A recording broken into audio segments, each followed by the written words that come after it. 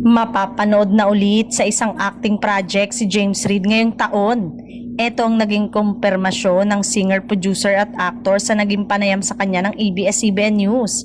Well, they'll be happy to know I'm coming back this year. We'll be shooting this year with plans to release it also this year, say ni James.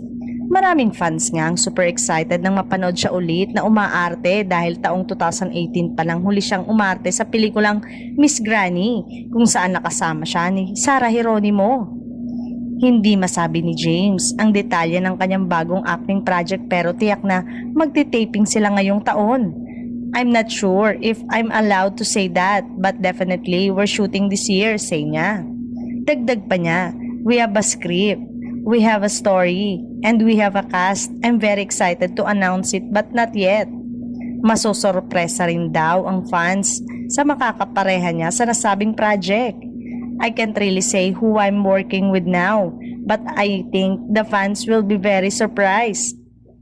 Sabi naman ng mga fans, obvious naman daw na si Catherine Bernardo ang next leading lady ni James. Samantala, ngayon pa lang ay abang-abang na ang mga Cat James fandom.